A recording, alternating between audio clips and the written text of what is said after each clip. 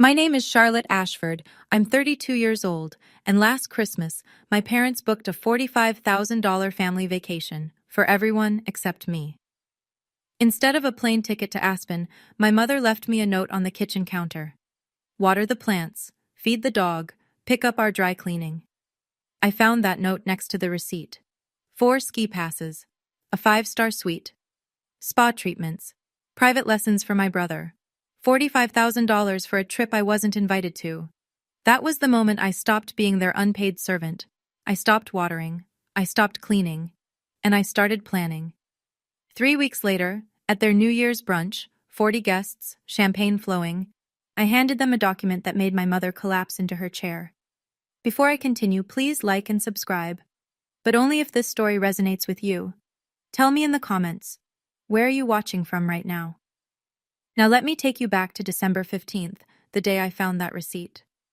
I was sitting at the kitchen table, laptop open, spreadsheets glowing on the screen, working from home, or rather, working from my parents' home, the house I'd lived in my entire life.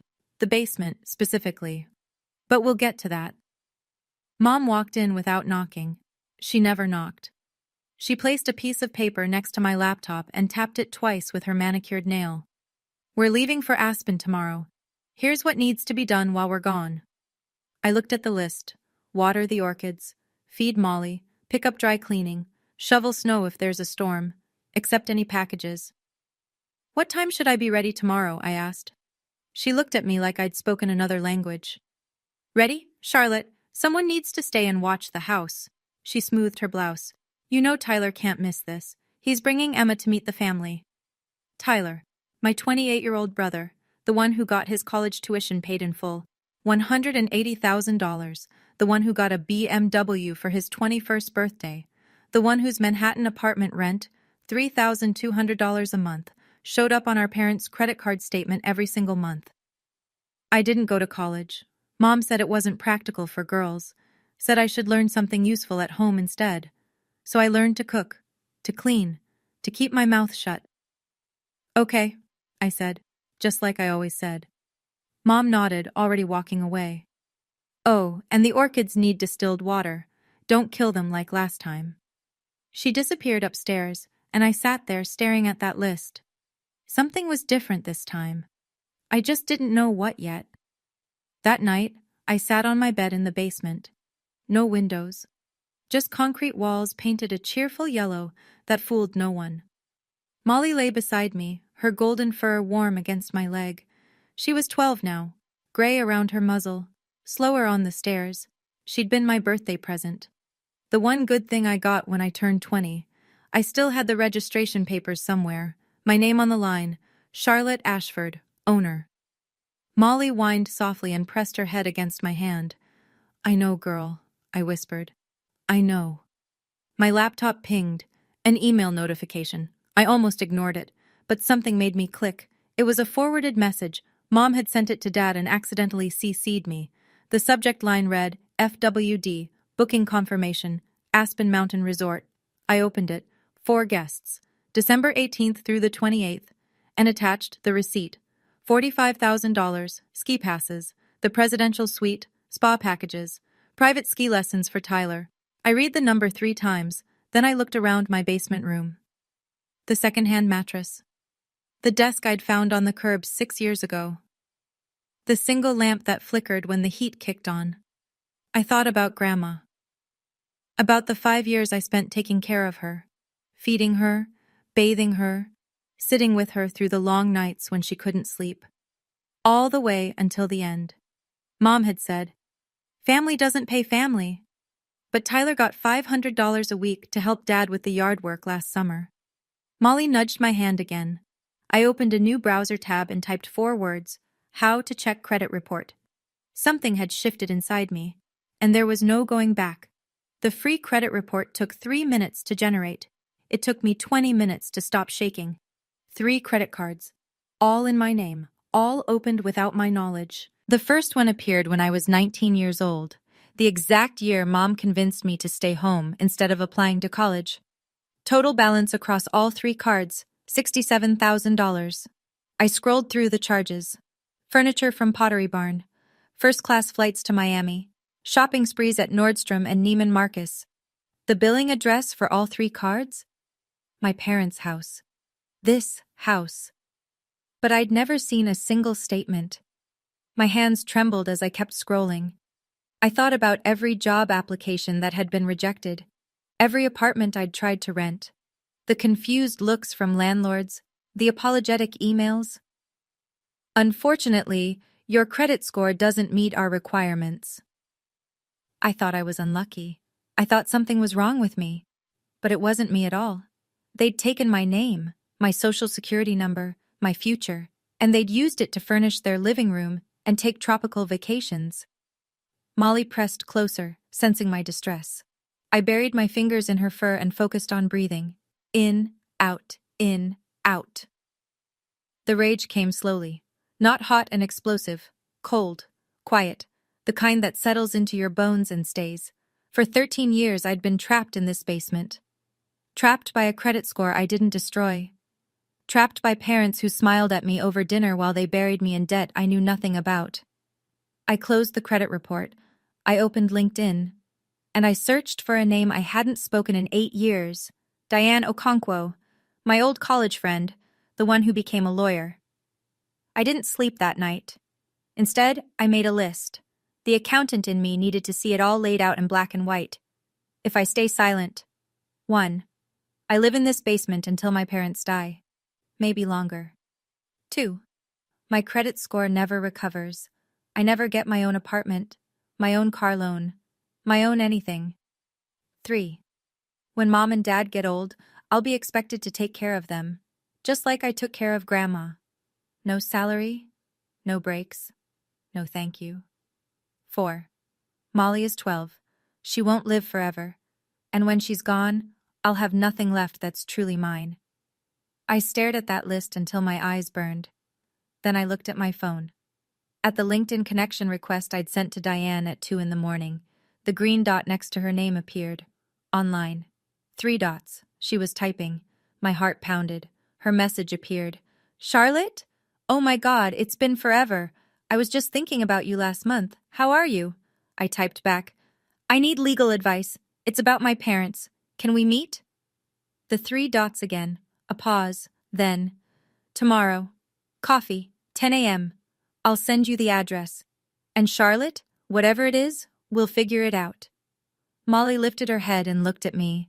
Her tail wagged once, twice, like she knew. 2 more weeks, girl, I whispered. That's how long they'll be gone. 2 weeks to figure out what comes next. She put her head back down on my lap. Outside my tiny basement window well, the first snowflakes of December began to fall. I didn't know what I was going to do yet, but I knew I was done being invisible. The next morning was chaos. I stood at the bottom of the stairs and watched the performance. Designer luggage in the foyer, garment bags, ski equipment that cost more than I made in 3 months. Tyler bounced down the stairs, phone in hand. Aspen, baby! He was filming himself, didn't even look at me. His girlfriend Emma followed. She was new, 3 months, maybe 4. Pretty, quiet. She caught my eye and hesitated. Are you sure you can't come? Before I could answer, Mom swept between us. Charlotte loves staying home. Her voice was bright, cheerful, the voice she used for company. She's not really a ski person anyway. I've never been skiing, I said. Exactly. Mom adjusted her cashmere scarf. You wouldn't enjoy it. Dad appeared from his study. The car's here, let's go. No one hugged me goodbye. No one said they'd miss me. Mom just pointed at the counter where the list sat. Don't forget the dry cleaning, and shovel if it snows. The Hendersons judge. The door opened. Cold air rushed in. They filed out one by one. Tyler still filming, Emma glancing back with something like guilt, Dad checking his watch. Mom paused at the threshold. Oh, and water the orchids twice. They're expensive. Then she was gone. The door clicked shut. The house fell silent. Just me and Molly. I stood there for a full minute, staring at the closed door. The orchids sat on this windowsill, delicate and demanding, waiting for water I wasn't going to give them. My phone buzzed. Diane. See you at 10, the coffee shop on Main Street. I looked into what you mentioned. Charlotte, we really need to talk. I grabbed my coat and my car keys. The orchids could wait. Forever, if necessary. Diane hadn't changed much. Same warm smile, same sharp eyes that missed nothing. She was already at a corner table when I arrived, 2 coffees waiting. She stood and hugged me tight. 8 years, she said. 8 years and you look exactly the same. We sat. She slid my coffee toward me and then pulled out a folder. I ran a preliminary check after your message. Her voice dropped. Charlotte, what I found? She opened the folder. My credit report, highlighted in yellow. This is identity theft. These cards were opened without your consent. She looked at me steadily. This is a federal crime. My throat tightened. But they're my parents. That doesn't make it legal. She explained my options.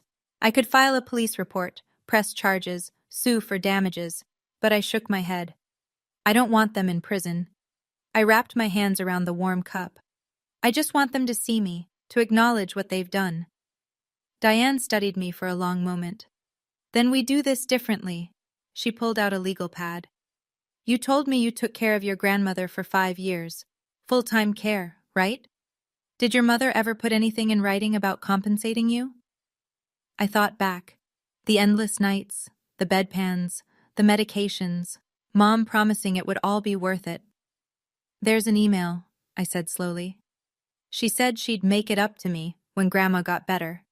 Grandma never got better. No, she didn't. Diane nodded, writing quickly. That email could be considered a verbal contract in writing, and Charlotte, she looked up. Have you ever heard of a mechanic's lien? I shook my head. Then let me explain how we're going to get you seen. 2 days later, I sat in a cramped office across from Marcus Smith. He was a CPA who specialized in family financial disputes. Diane's referral, gray-haired, glasses, the kind of man who'd seen everything and judged nothing. A stack of papers sat between us. Let's calculate what you're owed, he said, pen ready. We started with the housework. 20 years of cooking, cleaning, laundry, 15 hours a week, 52 weeks a year, at $18 an hour, the average housekeeper rate. He wrote the number, $280,800. Then Grandma, 5 years of full-time caregiving, 40 hours a week minimum, $20 an hour. Another number, $208,000. Now we subtract fair market value for room and board, he said, even in a basement. He calculated, wrote a final figure. We deduct approximately $102,000. He circled the bottom line. Your total? $386,800. I stared at the number. That can't be right. It's actually conservative. He adjusted his glasses. I didn't include overtime, holiday work, or the emotional labor of end-of-life care. Diane leaned forward. And that's before the $67,000 in credit card debt. Marcus flipped to another page. Speaking of which, I found something else. One of those cards is still active. What? Someone made a purchase 3 weeks ago, a spa treatment in Miami. I felt the floor tilt. They're still using it? Still using you. Marcus closed the folder. Charlotte, your parents didn't just exploit your past. They're exploiting your present. Diane touched my arm. We can stop this. We can make them see, but only if you're ready. I thought about the orchids dying on the windowsill. I thought about Molly, waiting for me at home. I'm ready. That night I went hunting. Not for evidence, for proof. I pulled out the cardboard box I kept under my bed, the one labeled Charlotte's stuff in faded marker. Everything I owned that mattered fit inside it. First I found Molly's papers, the registration certificate from the county, her name, my name, our address. Owner, Charlotte Ashford. I photographed it, saved it to the cloud, emailed a copy to Diane. Then I kept digging. Beneath old birthday cards and a dried corsage from prom, I found it. A printed email from 2019, the year Grandma's health took its final turn. Mom's words stared back at me. I know this is a lot to ask, but family takes care of family. When Mom gets better, we'll make it up to you. I promise. We'll figure out something fair. Grandma died 14 months later. Nothing was ever figured out. Nothing was ever fair. I photographed that too. Then I sat back on my bed and looked around the basement. 10 years I'd lived here. 10 years of hand-me-down furniture and borrowed dreams. The walls felt smaller than ever. I started packing. It wasn't hard. I didn't have much. Clothes, books, laptop, the box of important papers. Every day while they were gone, I moved a little more to the storage unit I'd rented across town. By day 5, the basement looked almost normal. By day 8, it was hollow. Molly watched me with wise old eyes. "Almost there, girl," I told her. "Almost free." My phone buzzed. A text from Tyler. "This place is insane. You'd hate it anyway. Too cold. LOL. He included a photo. The 4 of them on a ski lift, mountains behind them, matching white jackets. I didn't reply. Some messages don't deserve answers. Diane knew someone. Her college roommate had a rental property, a studio apartment above a bookstore downtown. Small, but clean, bright. "She won't run a credit check," Diane said. "I vouched for you." I signed the lease on December 22nd, paid first and last month's rent from my savings, the small account I'd managed to build from my remote accounting work. The studio had 1 room, a tiny kitchen, and a bathroom the size of a closet. It also had 3 windows. Actual windows, with actual sunlight. I stood in the middle of my new empty apartment and cried. For the next 6 days, I lived 2 lives. At my parents' house, I kept up appearances, let the mail pile up, ignored the orchids, but I did not neglect Molly. Every morning she ate, every evening she walked. She was mine. She'd always been mine. The dry cleaning stayed at the cleaners, the snow piled up unshoveled on the front walk. Let the Hendersons judge. On December 27th, Mom called from Aspen. "Charlotte, Mrs. Henderson said she hasn't seen you outside in days. Is everything okay?" "Everything's fine, Mom." I kept my voice neutral. "Just been busy with work." "Well, make sure you clear the driveway before we get back. Your father hates when—" "Got it. Enjoy the rest of your trip." I hung up before she could say more. That night, I moved the last of my things. Just my toiletries, my pillow, and Molly's favorite blanket. I stood in the empty basement one final time. The yellow walls, the water stain on the ceiling, the room where I'd spent a decade waiting to be seen. "Goodbye," I whispered to no one. Then my phone buzzed. "Tyler, Mom's planning a New Year's brunch. 40 guests. She needs you to cater. You in?" I smiled. "I'll be there." "Okay, I need to pause here for a moment. If you've ever been the responsible one in your family, the one who always shows up, always helps, always sacrifices, and you've felt invisible doing it, I see you. Quick question. What would you do if you discovered your parents had been using your identity for over a decade? Drop your answer in the comments. I read every single one. And if you want to see how this plays out at that New Year's brunch, keep watching. December 28th, 3 o'clock in the afternoon. I watched from across the street as the black SUV pulled into the driveway. The doors opened. Tan faces, tired smiles, expensive ski gear. They were home. I walked up the front path, timing my arrival perfectly. Casual, coincidental. Like I'd just stepped out for air. Mom spotted me first. "Charlotte, why are you standing outside? It's freezing." "Just getting some fresh air." Tyler pushed past without a word, dragging his luggage upstairs. Dad nodded once and disappeared into his study. Same as always, same as ever. Mom walked inside and stopped. She stared at the orchids on the windowsill. Brown, wilted, definitely dead. "Charlotte," her voice sharpened. "What happened to my orchids?" "I didn't water them." "You—" She turned to face me. "And the dry cleaning? Please tell me you picked it up." "I didn't." The silence stretched between us like a wire about to snap. "I asked you to do 3 things, 3 simple things." "I was busy." Her mouth opened, closed, opened again. Before she could unleash whatever was building behind her eyes, Dad's voice echoed from the study. "Linda, where's the Amex statement? I need to check something." She shot me a look that promised this wasn't over. "We'll talk about this later." She swept past me toward the study. I exhaled. Then I walked downstairs to the basement, just to see, empty, clean, no trace of me except the yellow walls and the faint smell of cleaning solution. Mom hadn't noticed. She hadn't even looked. Upstairs, Molly's nails clicked on the hardwood floor.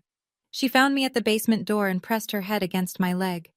2 days, I thought. 2 more days until the brunch. Then they would finally see. December 30th. Mom called me into the living room like a general summoning a soldier. She held a clipboard. 2 pages. Her handwriting in perfect cursive. New Year's brunch. 40 guests. Here's the menu. I took the pages. Eggs Benedict. Smoked salmon on brioche. 3 types of quiche. Fresh fruit displays. Mimosa bar. Homemade pastries. You want me to cater for 40 people? I kept my voice even. By myself? What else do you have to do? She didn't even look up. You work from home. From the study, Dad's voice carried. Your mother and I are hosting important people. Colleagues. The Hendersons. The Morgans. This needs to be perfect, Charlotte. I thought this was a family brunch. Mom smiled, the patient smile she used when explaining something obvious to a child. It is family. And your family. Family helps. Footsteps on the stairs.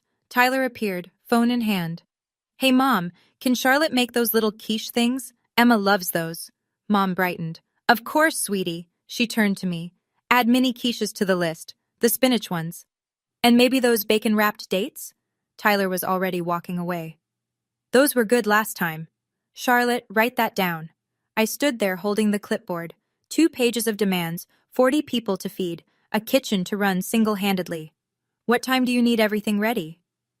Guests arrive at 10, so you should start prep around 5 a.m. Mom checked her phone. I have a hair appointment at 8, so I won't be able to help. You understand? I understood perfectly. I'll be here, I said. She patted my shoulder like I was an obedient dog. I knew I could count on you. She walked away, and I smiled at her back. 40 guests. Perfect. I wanted witnesses. New Year's Eve, 11 o'clock at night. I stood alone in the kitchen, surrounded by grocery bags I had no intention of unpacking. Eggs, salmon, champagne. Mom had spared no expense on ingredients I wouldn't be cooking. The kitchen door swung open. Emma walked in, hesitant. Charlotte, can I help with anything? She was trying. I could see that. 3 months with Tyler, and she still hadn't figured out the rules. Before I could answer, Mom appeared behind her. Emma, sweetie, you're a guest. The warmth in her voice was almost convincing. Don't worry about the kitchen. Charlotte has it all under control. She put her arm around Emma's shoulders and guided her away, but not before turning to look at me. Oh, and Charlotte, wear something appropriate tomorrow. Her eyes swept over my sweater. That's fine for down here, but we have company coming. Dad passed through, heading for the liquor cabinet. Food ready by 10. The Hendersons are always punctual. Will Aunt Patricia be there? I asked. Mom's expression flickered. Just for a moment. Yes, unfortunately. She examined a champagne bottle. Just ignore whatever she says. You know how she is. How she is? Dramatic. Always stirring up trouble. I thought about Aunt Patricia, Dad's sister, the one who'd always looked at me with worried eyes at family gatherings, the only one who'd ever asked, Are you okay, honey? You seem tired. I'll keep that in mind, I said. Mom nodded, satisfied, and swept out with Emma in tow. I looked at the clock. 12 more hours. The manila envelope was already in my car, the paperwork signed, the lien filed.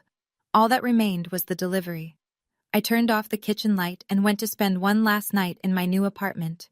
Molly was waiting. January 1st, 8 in the morning. I wasn't there when Mom came downstairs expecting to find me at the stove. But I heard about it later, from Aunt Patricia. Mom walked into the kitchen, empty, cold, no food prep, no Charlotte. She called my name, then called it louder, then screamed it. She ran to the basement, threw open the door. Nothing, no bed, no desk. No clothes, just bare walls and the echo of her own voice. Molly was gone too. Mom's panic was immediate. She called Dad, called Tyler, called my phone 16 times. I didn't answer. By 9:30, Mom had ordered emergency catering from the most expensive restaurant in town. Triple the price for holiday rates. She was setting out store-bought pastries when the doorbell rang. Aunt Patricia, an hour early. I thought I'd help set up. She told me later what she saw. Linda's hands shaking, Richard pacing by the window, Tyler asking, "Should we cancel?" "We're not canceling anything," Mom hissed. "I've spent weeks planning this. Charlotte is just... she's being dramatic. She'll show up." Guests began arriving at 10. The Hendersons, the Morgans, colleagues, old friends. 40 people filling the living room with small talk and champagne. Someone asked about me. "Where's Charlotte? I've heard so much about her." Mom's smile didn't waver. "She's not feeling well, resting upstairs." It was 10:45 when the doorbell rang again. Dad frowned. "We're not expecting anyone else." He opened the door. I stood on the porch, not in an apron, not in the kitchen, not invisible. I wore a black blazer, pressed slacks, my hair pulled back, in my hands a manila envelope, and beside me, tail wagging, was Molly. "Hello, Dad." My voice was steady. "I'm here for the brunch." The room went quiet. 40 pairs of eyes turned toward the door, toward me. Mom recovered first. She always did. She crossed the room with her hostess smile firmly in place. "Charlotte, sweetie," her voice carried for the audience. "We were so worried. Are you feeling better?" She reached for my arm. I stepped back. "I'm fine, Mom. Never been better, actually." Dad closed the door behind me, his face tight. "Where have you been? And why did you take the dog?" "Molly is my dog." I kept my voice calm, factual. "Her registration has always been in my name." "Charlotte, this isn't the time," Mom started. "Actually," I said, "this is the perfect time." I felt the room's attention sharpen. Mrs. Henderson leaned in. Mr. Morgan set down his champagne glass. In the corner, I spotted Aunt Patricia. She stood near the fireplace watching me with an expression I couldn't quite read. Not worried, not confused. Hopeful. "I have something for you," I said. "Both of you." I held up the manila envelope. Dad's jaw tightened. "Whatever this is, we can discuss it privately." "I've been private for 32 years, I met his eyes. "I think it's time for some transparency." Tyler rose from his seat by the window. "Sis, what are you doing? You're embarrassing Mom and Dad." I turned to him. My brother. The golden child. The one who'd never had to fight for scraps of attention. "I'm not here to embarrass anyone, Tyler." I opened the envelope's clasp. "I'm here to be seen." Mom's smile was cracking. Dad's hands were clenched at his sides. The room held its breath, and I pulled out the papers that would change everything. I handed the papers to Mom. Her hands were steady when she took them. They weren't steady for long. She scanned the first page. The color drained from her face. "What is this?" "It's an invoice." I clasped my hands in front of me. "For 20 years of unpaid domestic labor, housekeeping, cooking, cleaning, caregiving for Grandma, all calculated at fair market rates." Dad snatched the papers from her. His eyes darted across the numbers. "This is ridiculous. $387,000? I rounded down, actually." Whispers rippled through the room. I heard fragments. "Did she say unpaid? How much?" "For cooking and cleaning?" Mom's voice turned shrill. "We're your parents. We gave you a home." "You gave me a basement." I didn't raise my voice. I didn't need to. "No windows. For 10 years. Dad was still reading. "This is absurd. We'll never pay." Turn to page 3. His face shifted. Whatever he saw there made him go pale. "You put a lien on our house?" The whispers became murmurs. Someone gasped. "A mechanic's lien," I confirmed. "For services rendered. I have documentation, including an email from you, Mom, promising to compensate me for taking care of Grandma." Mom clutched the arm of a chair. "That wasn't... I didn't mean... You never do." I nodded toward the papers. "Page 4. Dad turned the page. Mom read over his shoulder, and then she sat down, hard. "That's my credit report," I said loudly enough for everyone to hear, showing 3 credit cards opened in my name, without my consent, $67,000 in debt I knew nothing about. The room went dead silent. "Identity theft," I said. "A federal crime." Dad opened his mouth, closed it, opened it again. For the first time in my life, he had nothing to say. "Okay, This is the moment. Charlotte is standing in front of 40 people, about to see the consequences of her 20-year silence finally hit her parents. If you're on the edge of your seat right now, hit that like button. It really helps the channel. And I'm curious, do you think what Charlotte's about to hear is the apology she deserves? Or will her parents double down? Let me know in the comments. Now, back to the brunch. The silence broke when Aunt Patricia stepped forward. Her heels clicked against the hardwood floor. Every head turned to follow her. Charlotte is telling the truth. Mom's head snapped up. Patricia, stay out of this. I've stayed out of it for 20 years. Patricia's voice didn't waver. I watched you treat this girl like a servant, Linda. I watched you fund Tyler's entire life, while Charlotte couldn't even go to community college. Dad stepped toward his sister. This is not your concern. It is my concern. Patricia crossed her arms. Because I'm the one who paid for Charlotte's accounting certification 3 years ago, behind your backs. I stared at her. You never told me. I wanted to. Her eyes softened when she looked at me. But Linda said if I interfered again, she'd cut me off from the family. The murmurs grew louder. I saw phones being pulled from pockets. Mrs. Henderson was already edging toward the door, clutching her purse. Mom tried to salvage the room. Everyone, please, this is a family matter. Mr. Morgan stood up. Richard, I think we should go. This seems personal. One by one, guests began leaving. Quiet apologies, embarrassed nods. No one wanted to stay for the aftermath. Emma rose from her seat near Tyler. She walked toward me, not toward him. I'm so sorry, she said quietly. I had no idea. Then she walked out the door. Tyler called after her. Emma, wait! She didn't look back. Within 15 minutes, the room was nearly empty. Just family now. Mom, still sitting in her chair. Dad, still clutching the papers. Tyler, staring at his phone. Aunt Patricia standing beside me. And Molly, pressed against my leg, her tail no longer wagging. The reckoning had begun. The front door closed behind the last guest. The silence that followed was deafening. Mom finally spoke. Her voice cracked. How could you do this to us, in front of everyone? I looked at her, really looked, at the mascara starting to run, at the careful facade crumbling. How could you do this to me? For 20 years? Dad threw the papers onto the coffee table. We raised you. We gave you a roof over your head, food, clothing, everything. A roof over the basement, hand-me-downs from cousins, and I cooked most of that food myself. I didn't blink. While you were using my social security number to fund your lifestyle. That was for emergencies, Mom started. Spa treatments in Miami?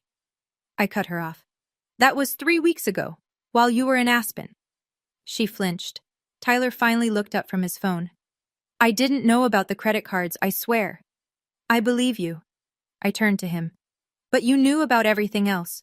You knew I stayed home while you went to college. You knew I took care of Grandma while you visited once a month. You knew I was living in a basement while you had a 2-bedroom in Manhattan. He dropped his eyes. No denial, no defense. I picked up Molly's leash from where I'd set it by the door. I'm not asking for the money, I said. I never expected you to actually pay $400,000. Mom looked up with a glimmer of hope. But I am asking for acknowledgement. For you to see me, to see what you've done. I clicked the leash onto Molly's collar. And even if you never do, I'm done waiting. I turned toward the door. Charlotte? Dad's voice was hoarse. Where are you going? Home. Mom stood up, unsteady. Home? What do you mean, home? This is your home. I almost laughed. Almost. This was never my home. This was where I worked. For free. For 20 years. I opened the front door. Cold January air rushed in. Wait. Mom's voice pitched higher. You can't just leave. What about the lien? You can't expect us to actually... The lien stays. I kept my hand on the doorknob. Until the credit card debt is paid off. $67,000. You have 90 days. Dad stepped forward. And if we refuse? Then the lien remains on your property. You won't be able to sell, won't be able to refinance. I shrugged. That's how liens work. I'm sure you know that, Dad. You worked at a bank for 30 years. His face reddened. This is extortion. This is accountability. I met his glare without flinching. Something you've avoided your entire life. Aunt Patricia moved to stand beside me. I'll walk you out, honey. Patricia, if you leave with her, Mom's voice held a warning. You'll what, Linda? Patricia's smile was tired but real. Cut me off? I think I'll survive. We stepped outside together. Molly trotted between us, tail wagging again. Behind us, I heard Tyler's voice. What are we going to do? And Mom's response harsh and brittle. We'll fix this. We always fix things. But she couldn't fix this. Not the debt, not the witnesses, not the years of silence finally broken. At my car, Patricia hugged me. I'm proud of you. I should have said something years ago. You're saying it now. I hugged her back.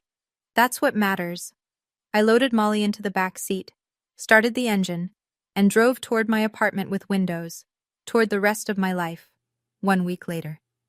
I sat in my studio apartment, sunlight streaming through all 3 windows. Molly lay in her favorite spot, the patch of carpet where the afternoon light pooled warmest. My phone buzzed. Diane. Have you seen the neighborhood Facebook group? I hadn't. I'd been avoiding social media, but curiosity won. Someone had posted about the incident at the Ashford house. No names, but everyone knew. I scrolled through the comments. I always thought something was off about that family. Poor girl, she was always so quiet whenever I saw her. I heard the parents opened credit cards in her name? That's illegal. No wonder she never moved out. They trapped her. I closed the app. There was no satisfaction in it, just a hollow ache. Another notification. A number I didn't recognize. Charlotte, this is Emma. I broke up with Tyler. I stared at the screen. He tried to defend your parents, said you were being dramatic, that you'd always been jealous. I couldn't be with someone who thinks that way. A pause. 3 dots. I'm sorry I didn't see it sooner. If you ever need a friend, I'm here. I read the message twice. 3 times. I didn't reply. Not yet. But I saved her number. Molly lifted her head, looked at me, and sighed contentedly. I know, girl, I murmured. We're okay. My phone buzzed again. This time, an email. From Richard Ashford. Subject, we need to talk. I didn't open it. Not today. Instead, I made myself a cup of tea, sat by the window, and watched the winter sun sink behind the buildings. I hadn't destroyed them. That was never the point. I just wanted to be free. And for the first time, I was. I agreed to meet Dad a week later. Neutral ground, a coffee shop downtown. Diane's advice, public space, keep it short, don't give anything away. He was already there when I arrived, sitting in a corner booth, looking older than I remembered. Charlotte. He half rose, then sat back down when I didn't move to hug him. I slid into the opposite seat. You wanted to talk. Your mother is devastated. I waited. She hasn't slept, won't eat. The neighbors keep asking questions. Is she devastated about what happened? Or about what people think? He didn't answer. That was answer enough. We'll pay off the credit cards, he finally said. Your mother's already arranging the transfer. Good. But the lien, he leaned forward. That goes too far, Charlotte. We're your parents. Parents who used my social security number when I was 19. Parents who let me believe I was worthless for a decade. I kept my voice level. Parents who took a $45,000 vacation and left me a chore list. He flinched. We thought you were happy. You never complained. Because every time I tried, you made me feel guilty. I quoted his own words back to him. After everything we've done for you, what exactly did you do for me? He stared at his coffee. Silent. I stood up. The lien stays until the debt is cleared. After that, I'll have it removed. Wait, his voice cracked. Your mother wants to see you. I paused. I know, I said, but I'm not ready. Maybe I never will be. I walked out, didn't look back. The January wind was cold on my face, but the sun was bright, and for the first time in 32 years, I could breathe. 2 months passed. The notification arrived on a Tuesday. A deposit into my bank account. $67,000. I called Diane. They paid it. All of it? All of it. She was quiet for a moment. How do you feel? I looked out the window. Sun on snow, Molly snoring on her bed. Relieved, sad, both. The consequences rippled outward. I heard about them from Aunt Patricia during our weekly dinners. Mom had resigned from her social club. For health reasons. Dad stopped attending the community board meetings he'd chaired for a decade. Tyler lost his job, unrelated, just bad timing. But he blamed me anyway. In a text I didn't respond to. The lien was removed. Clean, official, done. My credit score started its slow climb upward. Diane said it would take a year, maybe more. But it was moving. For the first time in 13 years, it was moving in the right direction. I got a raise at work, a small one, but it felt like a vindication. Aunt Patricia brought me a plant for my windowsill, a jade succulent. These are impossible to kill, she said, even for people with black thumbs. We laughed. It felt good to laugh. One evening, my phone buzzed, a text from Tyler. I'm sorry for everything. Can we talk sometime? I stared at the message. At the tiny crack in the wall he'd spent years building. I typed back, not yet, but maybe someday, when you're ready to actually listen. He responded with a single word. Okay. Progress. Microscopic maybe, but real. Molly lifted her head and looked at me with those wise old eyes. We're getting there, girl, I told her. She wagged her tail once. We were getting there. 6 months after the brunch. I'd upgraded to a larger apartment. Same building. Same landlord who believed in me before my credit score did. This one had a balcony. Molly and I sat there on summer evenings, watching the sun set behind the city skyline. She was slower now, more gray around her muzzle, but content. The letters from Mom kept coming. 1 a week, sometimes 2. I read them all. I don't understand why you're doing this. We miss you so much. When are you coming home? Why won't you answer us? Not once, not in 6 months of letters, not a single, I'm sorry, not a single acknowledgement that she'd done anything wrong. I folded each letter carefully, stored them in a box I kept in my closet. Evidence, maybe, or just proof that I wasn't imagining things. Aunt Patricia visited every weekend. We cooked dinner together. She told me stories about my mother as a young woman, before the bitterness set in. Your grandmother compared us constantly, Patricia told me once. Linda was never thin enough, never smart enough, never good enough. That doesn't excuse what she did. No. Patricia's eyes were sad. It doesn't, but it explains it. I thought about that a lot. About how hurt people, about how my mother's wounds became my wounds. I understood now, but understanding isn't forgiveness, and forgiveness isn't a requirement for healing. Molly pressed her head against my knee. I know, girl. I scratched behind her ears. I know. Some nights, I still dreamed about the basement. The yellow walls, the water stain on the ceiling, the feeling of being trapped. Then I woke up, to sunlight, to windows, to a life that was finally, fully mine. The knock came on a Sunday afternoon. I opened the door expecting a package. Instead, I found Tyler. He looked different, thinner, tired, a beard he hadn't had 6 months ago. I didn't know where you lived, he said. Patricia gave me the address. I hope that's okay. I stepped aside. Come in. He walked past me, taking in the apartment, the sunlight, the plants on the windowsill. Molly lifted her head, tail wagging, and he crouched to pet her. This is nice, he said. Really nice. It's mine. He nodded, straightened, shoved his hands in his pockets. I was an asshole. The words came out rough. My whole life, I didn't see it because it was easier not to see it. I know. Mom and Dad want me to convince you to come back, to make peace. I waited. I told them no. He met my eyes. I told them they need to apologize first. Really apologize. Not their version of it. The real thing. Something loosened in my chest. Something I hadn't realized I'd been holding. Thank you, Tyler. That means something. He moved toward the door. paused. I'm trying to be better. It's hard. I know. I offered him a small smile. But you're trying. That's more than they ever did. He left. I watched him walk down the hallway. My brother. A stranger I was, maybe, slowly, getting to know. I closed the door. Molly trotted over and pressed herself against my legs. I knelt down and wrapped my arms around her, felt her warmth, her heartbeat, 12 years of unconditional love. We made it, girl, I whispered. We're finally home. Outside my window, the summer sun poured in. I didn't burn bridges.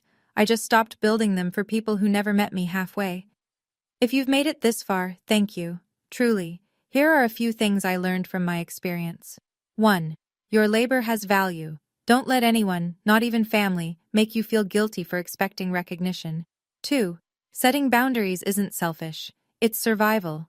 3. Sometimes the quietest person in the room has been carrying the heaviest secrets. If this story resonated with you, I'd love to hear your thoughts. Have you ever had to set a boundary with family? How did it go? Drop a comment below, like, subscribe, and check out the video in the description for another story about family, boundaries, and unexpected turns. Until next time, take care of yourself, because you deserve it.